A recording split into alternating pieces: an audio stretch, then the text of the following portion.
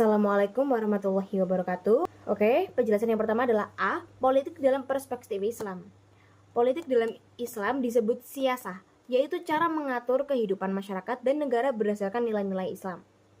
Tujuannya bukan hanya kekuasaan, tetapi juga untuk menciptakan keadilan dan kesejahteraan umat. Ada 3 istilah politik dalam Islam, yaitu yang pertama, ada politik Islami atau al-siyasah al-islamiyah, yaitu politik yang benar-benar sesuai dengan ajaran Islam. Dan yang kedua ada politik orang Islam atau siyasatul muslimin, ya. Praktek politik oleh umat Islam belum tentu sesuai nilai Islam. Artinya seperti itu. Dan yang ketiga, Islam yang dipolitisasi atau al-Islam al-musayis, yang berarti Islam dijadikan alat untuk kepentingan politik. Oke, next. Ada terdapat 2 tujuan utama, yaitu ada yang pertama non-material.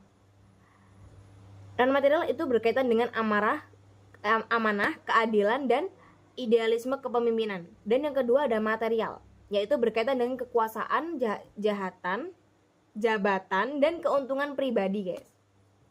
Nah, seperti yang dijelaskan di buku, ada 3 paradigma hubungan Islam dan negara. Yang pertama ada integralistik, yang artinya Islam dan negara adalah satu kesatuan. Dan yang kedua simbiotik mutualistik, yang artinya Islam dan negara saling membutuhkan. Dan yang ketiga ada sekularistik, yaitu yang berarti Islam dipisahkan dari urusan negara. Next. Nah, ada mekanisme pengangkatan pemimpin. Ada 2 cara untuk melakukan mekanisme pengangkatan pemimpin, yaitu yang pertama ada melalui musyawarah atau ahlul hali wal akdi, guys, yaitu dipilih oleh tokoh-tokoh yang berkompeten. Dan yang kedua ada melalui kekuasaan, yaitu seseorang mengangkat dirinya dan kemudian diakui oleh masyarakat. Dan materi selanjutnya akan dijelaskan oleh rekan saya. Selanjutnya adalah B. Negara Kesatuan Republik Indonesia sebagai konsensus bangsa. Yang pertama, bentuk negara bersifat ijtihadiyah. Bentuk dan sistem pemerintahan dalam Islam merupakan hasil dari ijtihad, bukan ketentuan baku dari Nas. Karena itu, Islam tidak mewajibkan suatu bentuk negara tertentu seperti khalifah. Poin pertama, NKRI sesuai dengan prinsip Islam. NKRI dipandang tidak bertentangan dengan ajaran Islam karena menjunjung keadilan, musyawarah, dan kemaslahatan. Negara Indonesia bahkan dinilai lebih memenuhi kriteria Dar al-Islam. Poin yang kedua, NKRI final secara konstitusional. Berdasarkan Undang-Undang 1945, bentuk NKRI bersifat final dan menjadi konsensus bangsa. Negara menjamin kebebasan beragama serta hak dari warga negara. Selanjutnya yang kedua, menolak jihad untuk mengganti NKRI. Upaya mengganti NKRI dengan alasan jihad tidak dibenarkan. Tindakan tersebut justru dapat menimbulkan konflik, kekacauan, dan bertentangan dengan tujuan syariat. Poin pertama, mendukung NKRI mendukung muqasid al-syariah. Keberadaan NKRI dinilai mendukung tujuan syariat, seperti menjaga ketertiban, kesejahteraan, dan kemaslahatan umum. Sistem negara diarahkan untuk menghindari mudarat bagi masyarakat. Poin yang kedua, keabsahan pemerintahan Indonesia.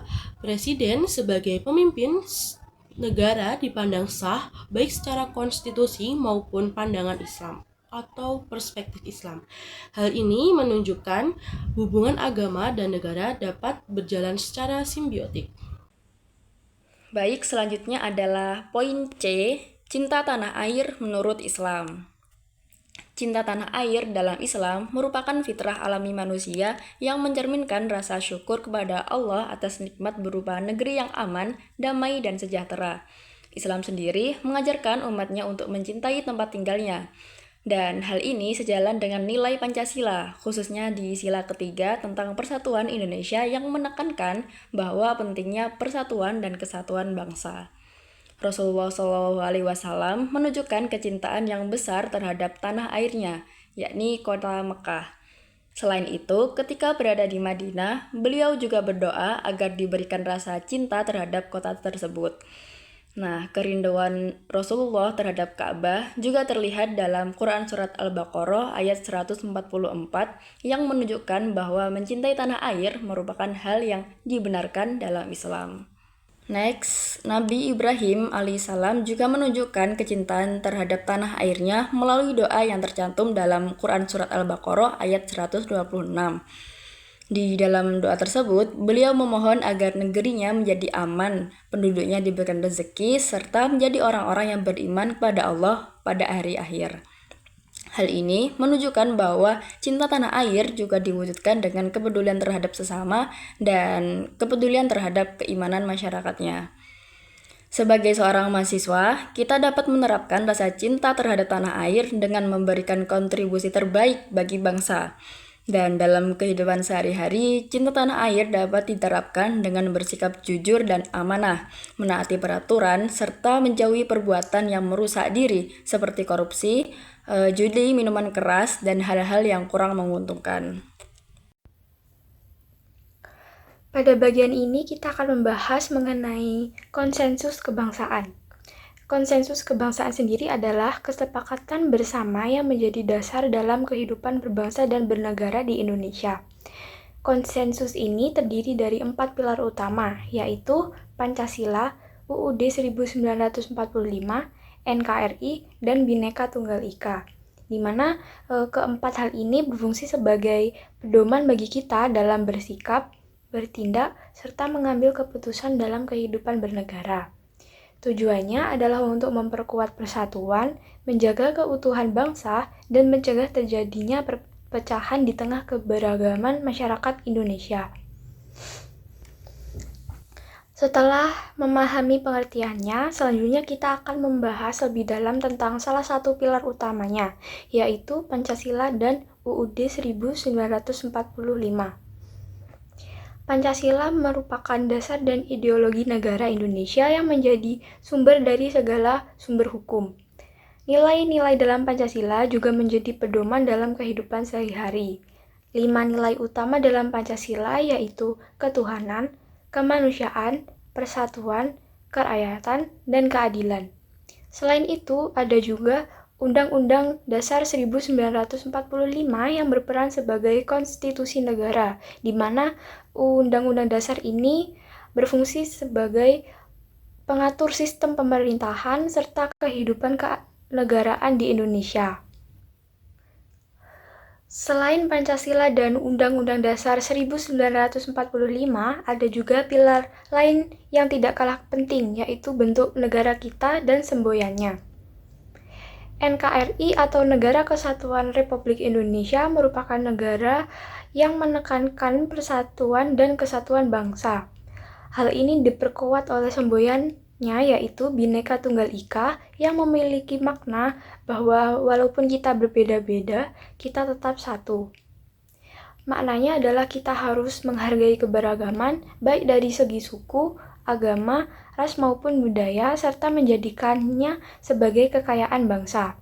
Selain itu, konsensus kebangsaan juga selaras dengan nilai-nilai dalam Islam seperti amanah atau tanggung jawab, keadilan, ketaatan, dan kemusyawarah. Dengan memahami dan menerapkan nilai-nilai ini, kita dapat menjaga persatuan dan keutuhan bangsa Indonesia. Dapat kita simpulkan bahwa konsensus kebangsaan ini merupakan fondasi penting dalam menjaga persatuan dan keutuhan bangsa Indonesia. Oleh karena itu, sudah sepatutnya kita sebagai generasi muda memahami, menghayati, dan mengamalkan nilai-nilai tersebut dalam kehidupan sehari-hari. Terima kasih atas perhatian teman-teman. Mohon maaf apabila terdapat kekurangan atau kesalahan kata. Wassalamualaikum warahmatullahi wabarakatuh.